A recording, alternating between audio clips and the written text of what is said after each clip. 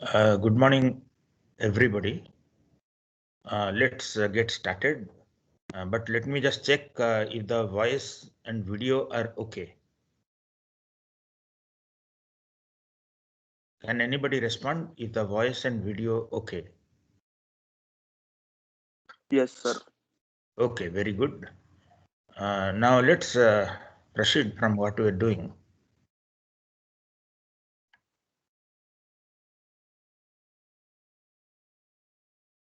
We were looking at the MIPS computer. We wanted to do assembly language programming on the MIPS computer because we wanted to know about its instruction set architecture. And the instruction, this is a RISC processor basically. And if we know assembly language programming of a RISC processor, we know for any other RISC processor. Maybe tomorrow you will have to do a bit of assembly programming on the ARM processor. You should be able to do without difficulty. And here we had so far looked at, there is a controller. This is the MIPS diagram, MIPS processor. We have the controller, a small part, and we have two caches actually inside the processor. One is the instruction cache. We have written here instruction memory, and the other is data cache. And see here, the controller is controlling the operation of every element, including the program counter, the registers, the ALU, and so on.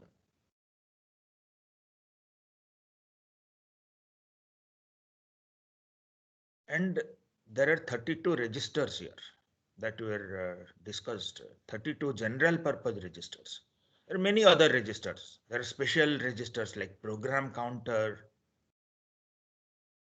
memory access register, etc., which are not shown. And there are a large number of invisible registers which we don't see. This is the view of the programmer about the processor. And first, let's look at the registers, because in all our assembly programming, we will be storing the variables in the registers. In a high level program, we just declare variables and then operate on those. Here in the assembly programming, we allocate variables to the register, remember which variable is in which register, and then based on that, we write our program. The registers here, the 32 of them, are numbered 0 to 31. And there are two ways we can write our assembly program. One is we write the register number like R0, R1, etc. Or there are names given to this register. Like there are some temporary register, there are some saved registers, stack pointer, etc., etc. So we can also write program, which is also a valid program, is we use the names of the register in our program. This is one way that we can write $0 for register 0, $1 for register 1, and $31. So this is by their number. We can also write R0, R1, R2, etc., which we will do sometimes. And sometimes we will use names of these registers. In the next slide, we'll show the names of these registers. And if you are writing a large enough program, it is preferable that you use the names of the register. That makes it more understandable. The names can be that the $16 to $23, there are 8 of them. These are called as the saved registers, or S0 to S7. These are called saved register because on a subroutine call, these values don't get disturbed. These are unaffected on a subroutine call.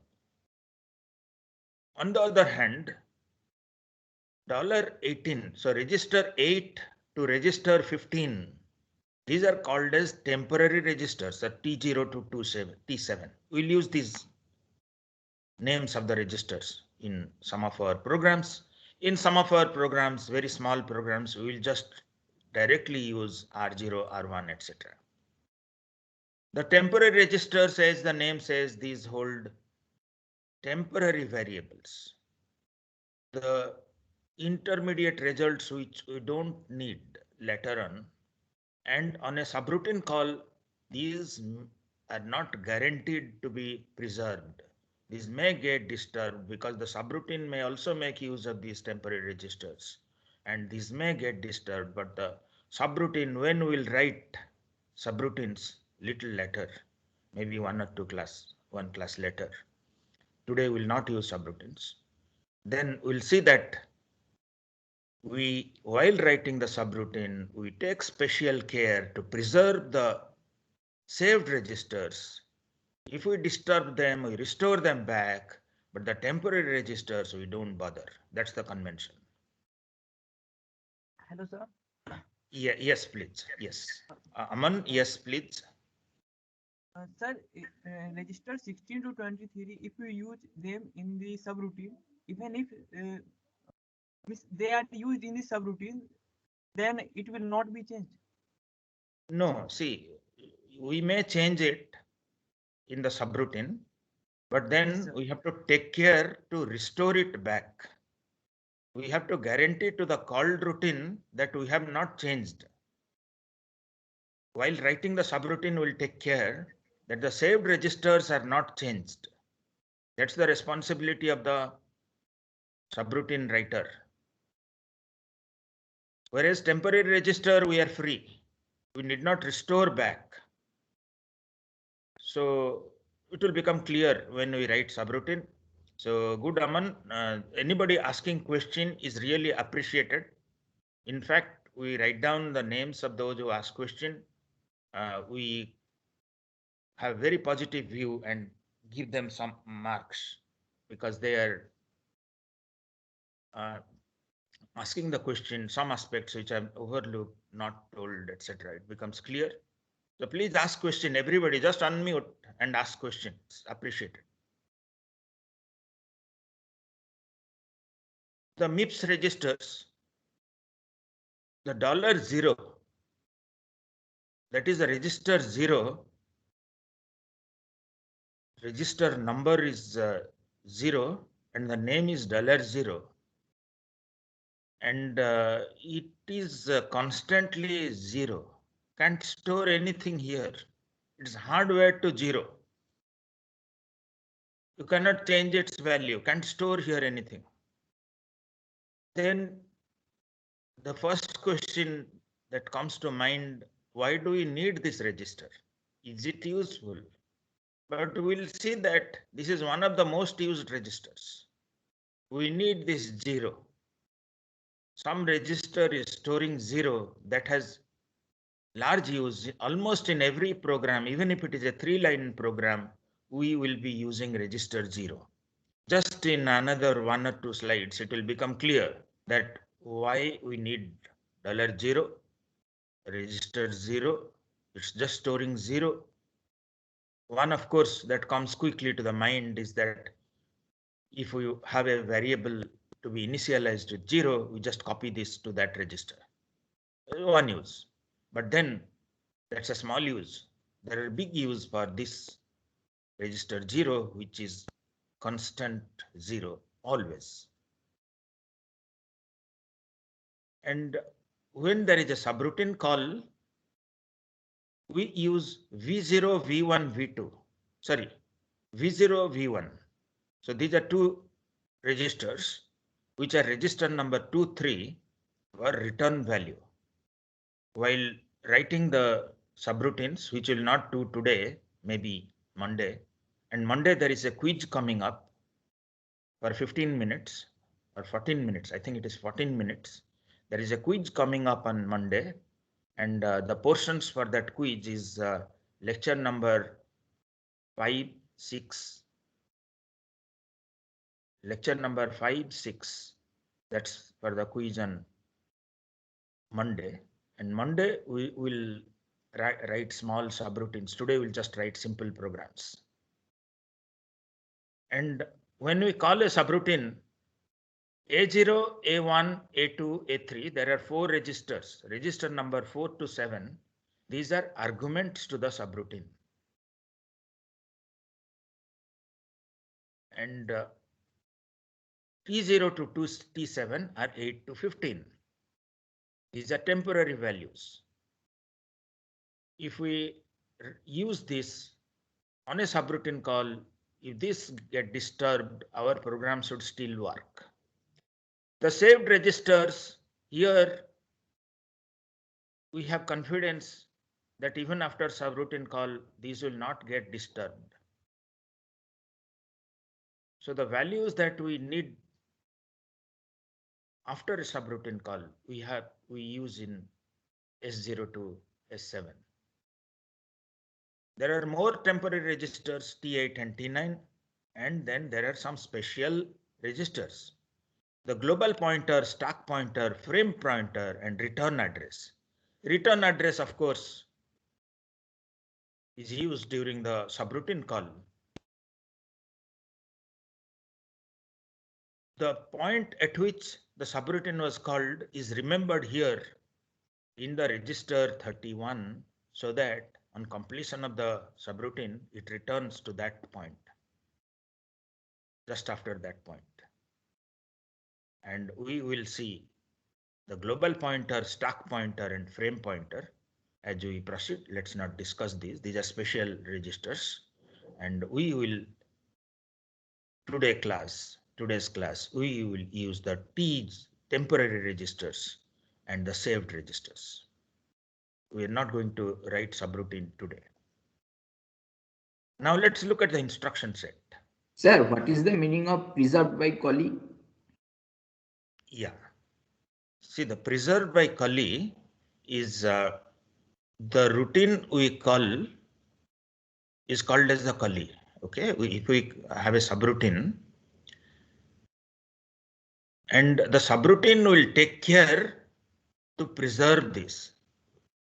Because see, unlike a high-level program where we have something called as context of a variable, if you have a local variable in a C function, it is not visible to the function which is calling it.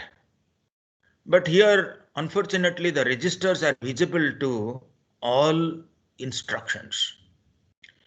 So when we write the subroutines, we will take care, which we'll do in the next class, that we will preserve in the subroutine. The Kali is the subroutine. So the subroutine will not disturb these values. If it really wants to use these values or change these values, it will restore it back. We will do that. We will use saved register sometimes in the subroutine, but we'll restore it back. So the subroutine is preserves these registers. The others, it does not care. If it disturbs, okay, it doesn't have to restore it back. So these are preserved by the subroutine. Now let's look at the MIPS instruction set. Like all RISC processor, the memory access is done by only 2 instructions. The name of the instruction, obviously load reads a word from memory, an operand from the memory, and there are about a dozen type of load. Some take absolute addressing, some take indirect addressing, and so on, but all are some form of load. So we might write load I, load A, etc., etc. But the word load will be there. Similarly, store it stores a register into the memory. Stores some register, we'll specify the register. And it will store that register into memory. And there are several types of store, but the word store will be there. Maybe some other alphabet may get added, store I, etc. But it will store some value into the memory.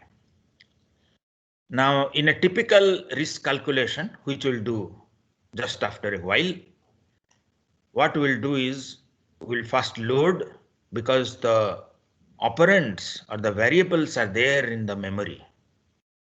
We have only few of these we can bring to the processor registers. So we first load the operand from the memory into some register. We will perform our computations. We'll be having our algorithm. We'll translate into some ALU instructions. And finally, after all our calculations are over, we store them back to the memory for the next program to run, and the registers will get totally disturbed, and therefore before they get disturbed we store them back into the memory. That's how we write all our programs today. We load from memory, do computations, store them back in the memory. Now let's look at some examples. Add register 2 and 3 into register 1. 2 and 3, register 2 and 3 are the source operands. This is the convention in the assembly programming. The first one is the destination register. Slowly you will get used to it. As you write couple of programs, please practice writing programs. I'll give you several exercises. And in the tests later on, we'll require you to write small programs. So the convention here is that the two source registers are R2 and R3. So we add the contents of R2 and R3 and store that in register 1. Similarly, we have subtract. Register 2 minus register 3 is stored in register 1. Logical AND. Bitwise AND operation is performed on the content of register 2 and register 3 and the result stored in register 1. Very intuitive names actually. Don't have to put too much of effort to learn this. Just few hours of effort, and I hope all will be able to put that effort. Add immediate. This is a different type of add.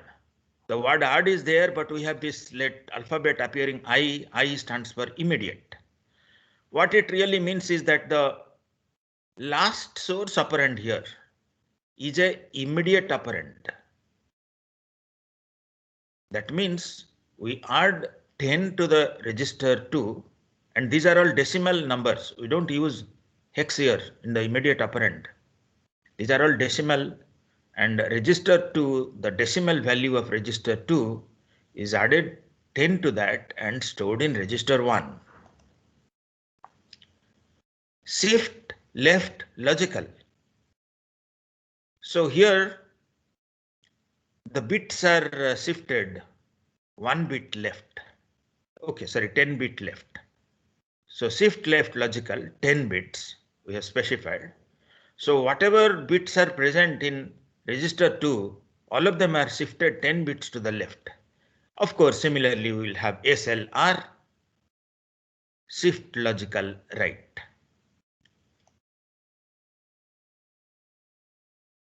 Now this is a load word. Excuse me, sir. Yes, please. From where Yes. I am getting the immediate value? So this is Abhinav, right? Yes. Okay. So Abhinav, see here, the immediate operand is typically the last source operand here. So 10 is the immediate operand here, and add immediate here it is 10. We might write 15 or 8 or whatever. So those are the immediate operands, and we know that we have to shift the words left by 8 bits. And here we add 10. So those are the immediate operands. Is it okay? Sir, are we getting the immediate operands from the memory, or from where No, are we getting that? immediate operands are part of the instruction. That is the meaning of immediate. The immediate operands are there in the program that we are writing. They are part of the instruction. This is the instruction we are writing. And the operand is present in the instruction itself. It is not there in any register or memory. It is there in the instruction. So,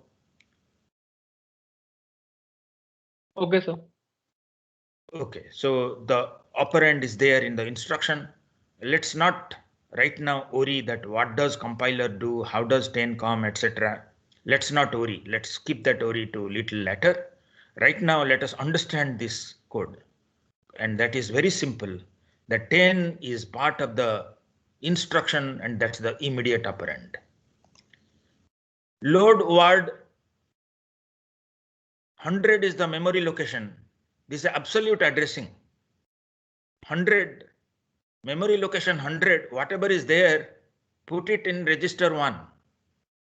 Load word, whatever is there in memory location 100, put in register 1. So this is absolute addressing.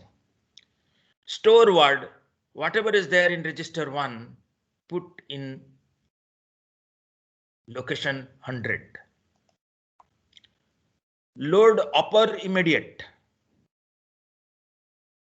So here, whatever number we give immediate, so these are considered as 16-bit number. We cannot specify the immediate operand. We'll see little later it will become. It cannot be more than 16 bits because no, our instruction are all at 32 bits and 16 bits are given for this immediate operand. We cannot give more than that. And the word is 32-bit. So here we are saying this instruction is saying that store 100 in the upper words of this, in the upper bits, upper 16 bits of this word, and the lower 16 bits are set to all zeros. This has a special use, especially in memory addressing and several other use, but we'll be using such instruction, LUI, load upper immediate. There are 111 instructions, but in our programs, we'll use hardly 20, 25 or maybe max 30 instructions. We're not going to use all the instructions that are available. Only when you are developing professional programs on MIPS processor, you need all the 111 to be mastered. And here we're just having a feel of the assembly program, and we will be able to write small assembly code like searching a number from an array, sorting an array, that kind of small programs. And we will need only 25, 30 instructions. There is another instruction which we'll be using is jump. Here the immediate address, immediate operand is 100. So this is a PC relative addressing. And we jump to the location PC plus 100. We may give a negative number here also. Jump and link. Here, this is the way we call subroutines, jump and link. So here, our subroutine is stored 100 instructions down. And what this instruction does is that when we call jump and link, it not only jumps to PC plus 100 like J100, but also it saves the current PC value in register 31. Automatically, we don't have to tell anything. It just saves it. When we do jump and link, it saves it. And when we return from the subroutine, it will restore this address and set the PC value to that saved address. And here, the address to which it will jump is stored in a register. So this is the return call here. This at the end of the subroutine, we'll write this JR. So here it will, based on the address that is stored in the register, it will return, and our called program, the calling program will start executing from that point onwards. There are some conditional. Sir, in the previous slide, Yes. using commands like J100 and JL100, sir, it isn't very practical, right, sir? Because how will we know exactly where our subroutine will be stored? Because oftentimes we don't know where our subroutine will be stored. No, see, we are not really giving memory address. See, here we are giving our, as we write the code, we know that each instruction takes 4 bytes, right? One word is its instruction. And as we write the program, we'll calculate the place, assuming that all these are linearly stored in memory. The program is linearly stored in memory. If our subroutine is 10 instructions down, we'll actually calculate as we write. We'll calculate that, okay, this is 10 instruction down, and then we'll say that this is 10 words down, and then we'll write PC plus 10. Okay, something like that we'll do. Unlike the high level where you have the luxury of just calling by name, here we'll have to compute where exactly in the program it is there. Is it 10 instruction down? Is it 50 instructions up, etc.? We'll have to do it. But then we'll see that it becomes slightly simpler. We can also give a name to it. That will come later, but initially we'll do this. We'll count the number of instructions in our program and where it is, etc. That we'll have in our memory. We'll write program based on that. Any other question? Yes, sir. If there is no subroutine at, let's say, line number 100 plus the current program Yeah, counter. you will get error. See, the assembly programmers, it's not easy to write assembly program and make it run, because you will make a mistake in all computation. Later we'll see the memory computations also. See, the assembly programmers are expert in this kind of thing. As you write 10, 20, 50 programs, you become expert that where exactly the hex address at which it is stored, the decimal, where exactly in the memory the data is, where are the instructions, that you will have a mental image. In high level, life was much more relaxed. You didn't have to worry about all this stuff. But here we will worry. We will also, we will ourselves write small routines, and it will, you will see that it's not that bad actually. You can do it. So you have to remember, you have to look at your program, how many instructions down, where exactly in memory, which register, all that you will have to be careful. Now there are some conditional instructions here. Branch equal to, that means if the register, the contents of register 2 and register 1, they are equal. Register 1 and register 2 are equal, then jump to 100 instructions, sorry, 100 instructions down. Yeah. PC plus 100. So this is the if statement, skip 100 instructions. Similarly, branch not equal to. So if the contents of register 1 and register 2 are not equal, then jump 100 instructions down.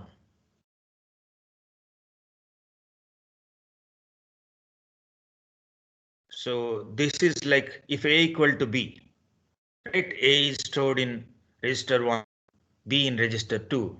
If A equal to B, do something, else do something. So the if then else we'll write using BQ and BNE. Just now we'll write small programs. fortunately, many times we don't have to really remember where an instruction is there or where a subroutine is there. We don't have to really compute, like I was saying, that 50 instructions down, 35 instructions up, jump to that. We will use labels. So these are symbolic labels which we will give to instructions. And we can jump to that label. We don't have to really count how many instructions, etc. The assembler will take care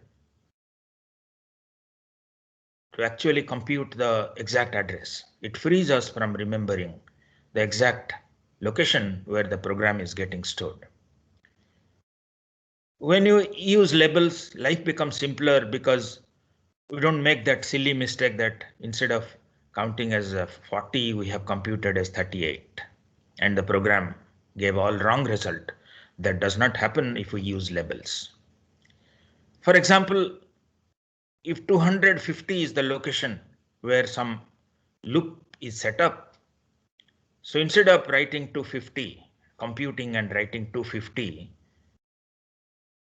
or here instead of jump minus something, we just write jump loop. So it helps us writing more readable programs by using the labels. We can give a label to any instruction. Now let's write our first program, like hello world in C program.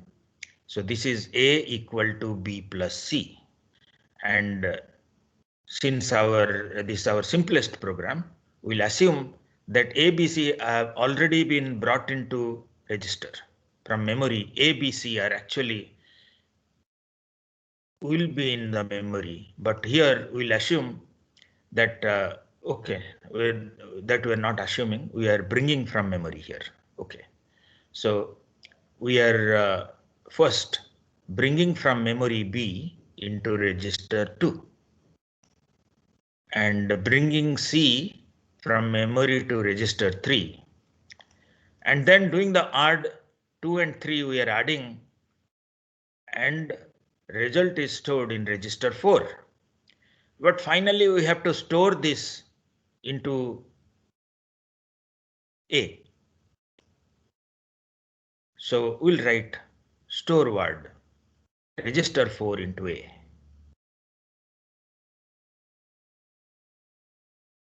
And A, B, C are basically memory addresses. So these are first program, simplest hello world program.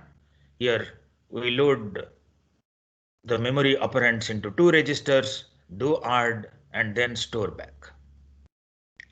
If it was a CISC compute, we might have done this in one instruction. We might have write add M and then A, B, C. So B, C are added and stored in A. But this is a RISC processor. We use 4 instructions. Now let's get back to this register 0. We were saying that one use possibly was that to initialize variables. But what are the other use?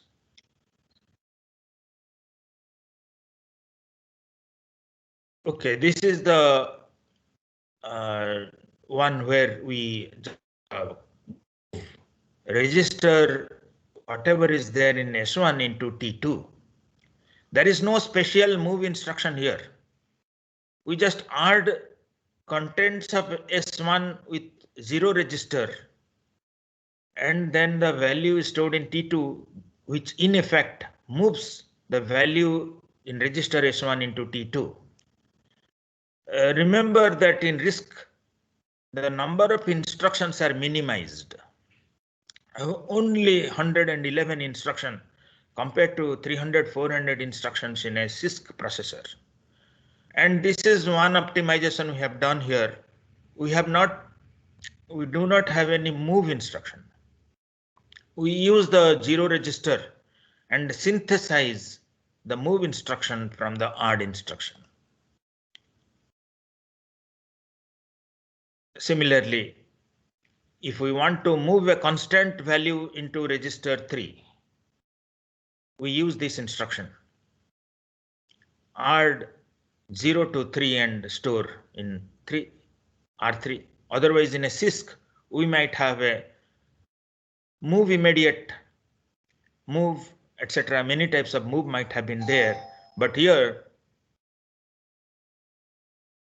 we don't have any move instruction. We just use the register 0 and the add instruction, and we have our move instruction. That is one use. One is that it helps in reducing the number of instructions. The other use of R0 is it reduces number of addressing modes. We had said that RISC not only has less instructions compared to a CISC, but also it has less number of addressing modes. Here in the MIPS processor, we have only 2 addressing mode. One is the immediate addressing, the other is displacement addressing. Okay, 3, because we of course have the register mode, register direct mode. So there are 3 addressing modes: immediate, displacement, and the register mode. The all others are synthesized from the R0 register. Okay, so this is register indirect. Okay, here we don't use the register 0, we have used a offset value of 0. And we have synthesized the register indirect. What this is saying is that whatever be the content in R1, that gives us the memory address, because the offset is 0 here, which is similar to or equal to the register indirect mode which we had discussed. The register indirect mode is synthesized from the displacement mode by making the offset 0. We don't have a special register indirect mode here. We just do this manipulation, put 0 in the offset, and we have our register indirect mode. And the absolute mode, the absolute addressing, where we need to specify the memory, we use this. We use the R0 mode in the displacement, in the base register, and in the offset we have 100, so which is equivalent to the absolute mode. So we don't really write load word R1 100, even though I showed in the previous example for simplicity. But we write this because we don't have a absolute addressing mode in MIPS processor. We have minimized the number of addressing modes. We synthesize the absolute mode based on this displacement mode by using the R0 register. This is another prominent use of the R0 register. And as I was saying, there will be hardly any program we will write without using R0. We will use this register very frequently, very useful register, even though on the first glance it appears that what is this register? Always storing 0, we can't store a value there, and so on. Now let's write this program. Okay, we wrote this program actually, A equal to B plus C, and I was just mentioning here that we have to first bring BC into register and then add it and store back in register, store back the produced value into the memory. Okay, now let's write this. Please write this code. Based on what we have done so far, please write this code that we have F, G, H, I, J. These are variables, and don't worry to bring this from memory load word, and assume that these have been already brought into S0 to S4. These are already available. F, G, H, I, J are available in registers S0 to S4. Now please write this small code here.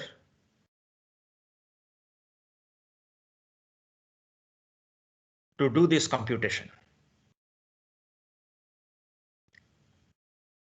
How do you do this?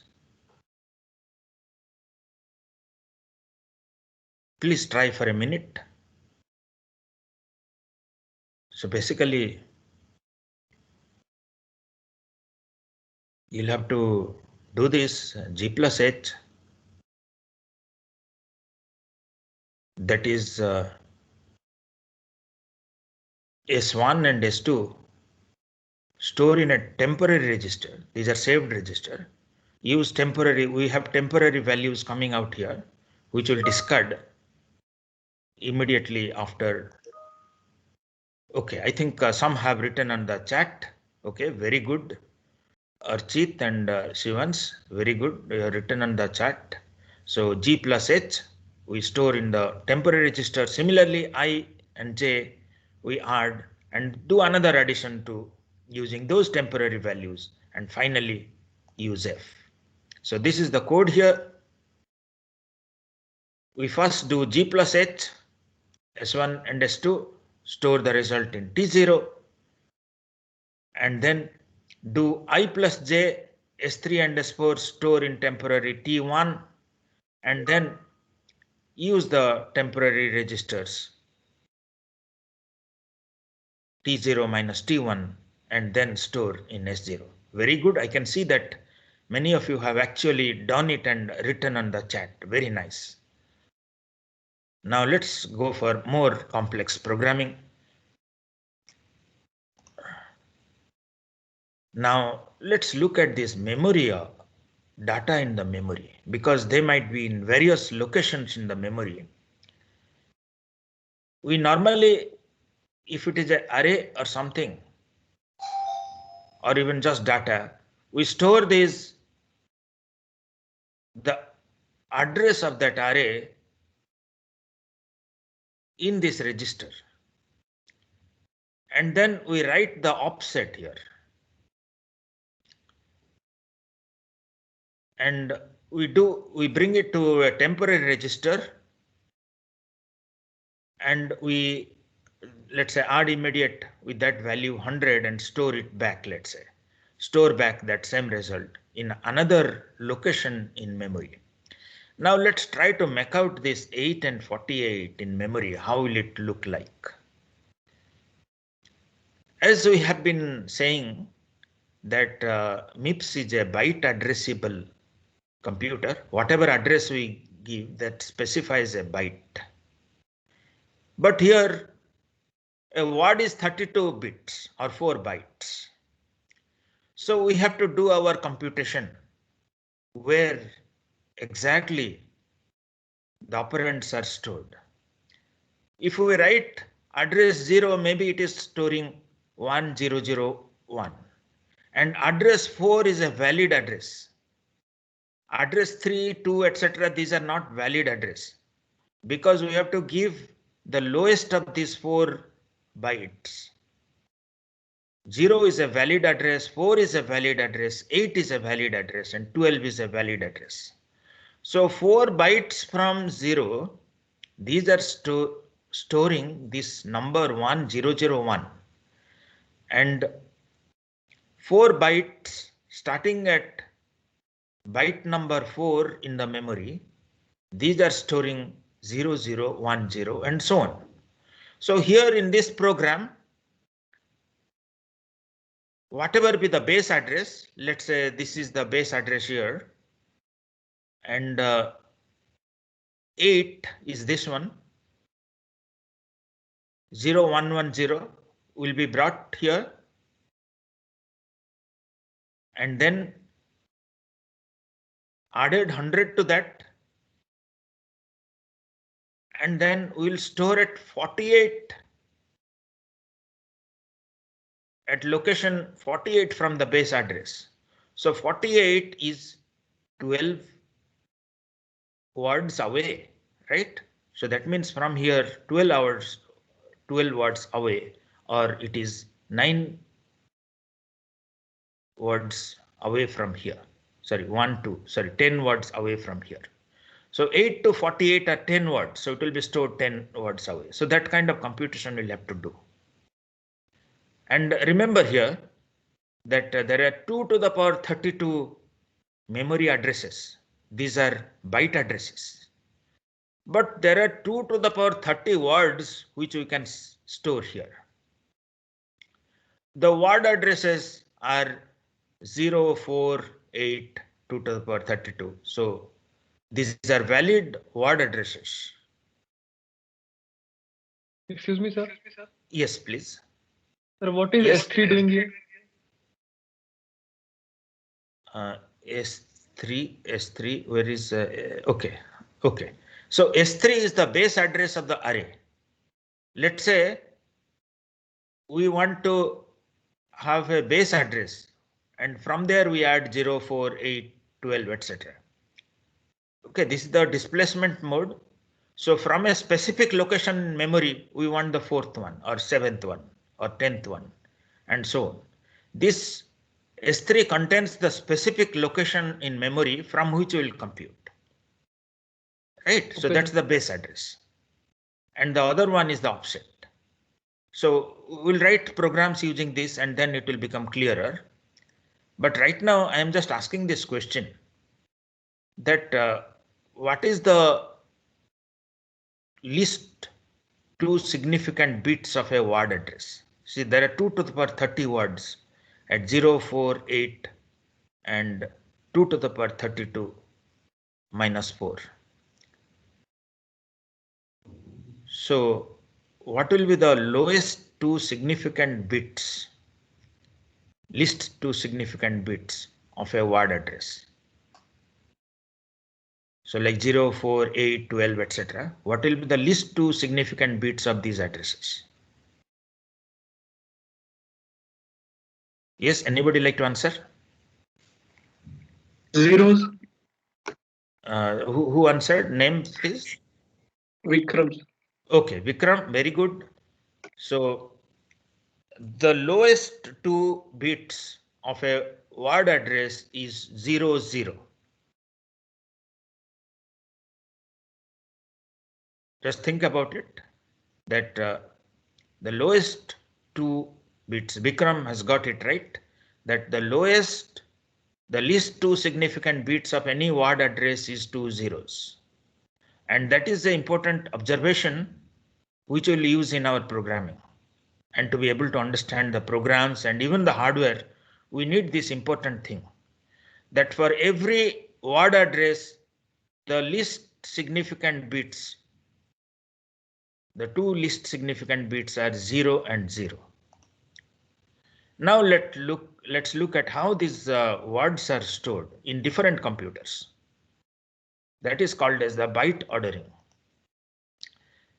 If we look at all the machines manufactured by various vendors, there is HP, IBM, Intel, etc., etc.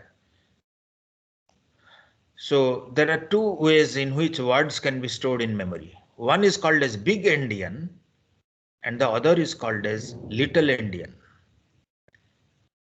In the big endian convention, because these are taking 4 bytes, the least significant byte has the highest address. We said that the word address is stored from 0, 4, 8, etc. And here in big endian, the least significant byte has the highest address. And in little endian, the least significant byte has the lowest address. Let's look at an example. Let's consider this example, hex example. This is a 4 byte and there are 8 4 bits there. And each 4 bit consists of a hex that we write as 0x is the hex. So 0, 1, 2, 3, 4, 5, 6, 7.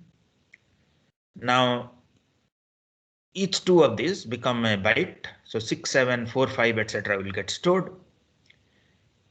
In a big endian, 6, 7 will be stored in the highest address. 67 is the lowest byte, the least significant byte. These are stored in the highest address. So that is the big endian, least significant byte at the highest. In the little endian, the least significant byte at the lowest address. And then they are laid out subsequently. And a word address is typically the lowest byte here in the address. So in the lowest byte, or the word address exactly, the least significant bit is stored for the little endian, and the most significant byte is stored in the big endian. I think that's how they call it, as little endian and big endian. Let me repeat here that a word address is given by the lowest byte it occupies, and from there it occupies 4 bytes. In a little endian, the least significant bits are put in the word address exactly, the lowest address, and then these are laid out subsequently. In the big endian, in the word address or the lowest address,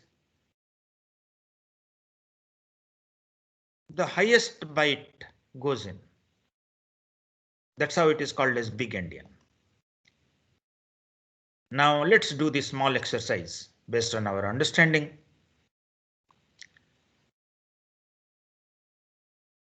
Now let's say these are the byte addresses. A word is stored in 4 consecutive bytes starting from the byte address 1000, 1001, 1002, 1003. And the word address will be specified as 1000. Now let's try to store this number FF00AA11. This is the hex number. So how will it be stored in little endian? So what will be stored in 1000?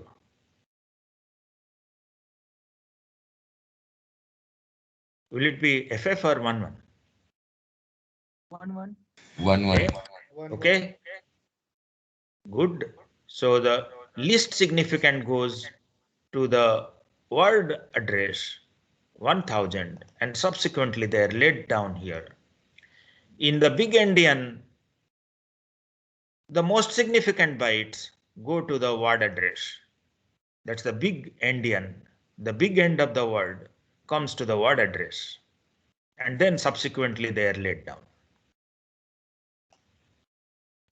Now let's do this example program today, that we want to add variable h with an array A8. And we want to store that in G. And G is in register S1, H is in register S2, and the base address of A, array A, is in S3. Now, how do we write this program? That base address of the array we store in a register S3, and we want to add A8 with H, and then we store the result in G. So we need to do a bit of calculation. We know that it's the 8th element, and there are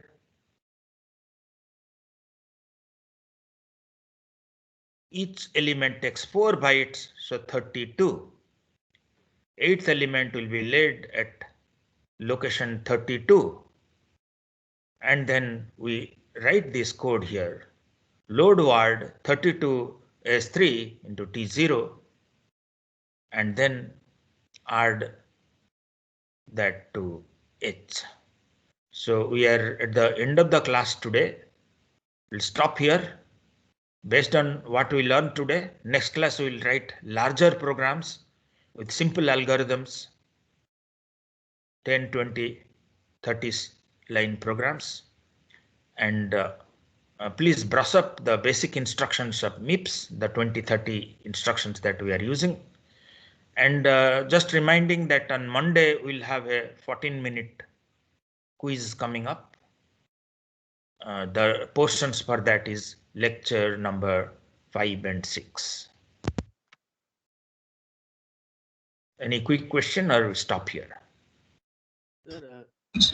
So why we use Little Indian and Big Indian? Can't we use only the Little Indian? Good question, Mohsin. Very good question. See, unfortunately, the vendors, they want their system to be incompatible with other vendors. Even though there are standard organizations who want that everything should be compatible. Everybody should use either Big Indian or Little Indian. But the vendors don't want that. They want that somebody using their system will be stuck with their system. He cannot buy any other system. So the different vendors, from the beginning, they have been using Big Indian and Little Indian. And now the standardization efforts are not successful because they are saying we are already using Big Indian or Little Indian. We cannot change and so on. So Mohsin, it would have been very nice if everybody used one convention. But unfortunately, that is not the case. Some of the vendors use Little Indian and some of the vendors use Big Indian. Okay, we'll discuss more about this. We'll stop here. Please bring the questions next class, at the end of this class. Thank you very much.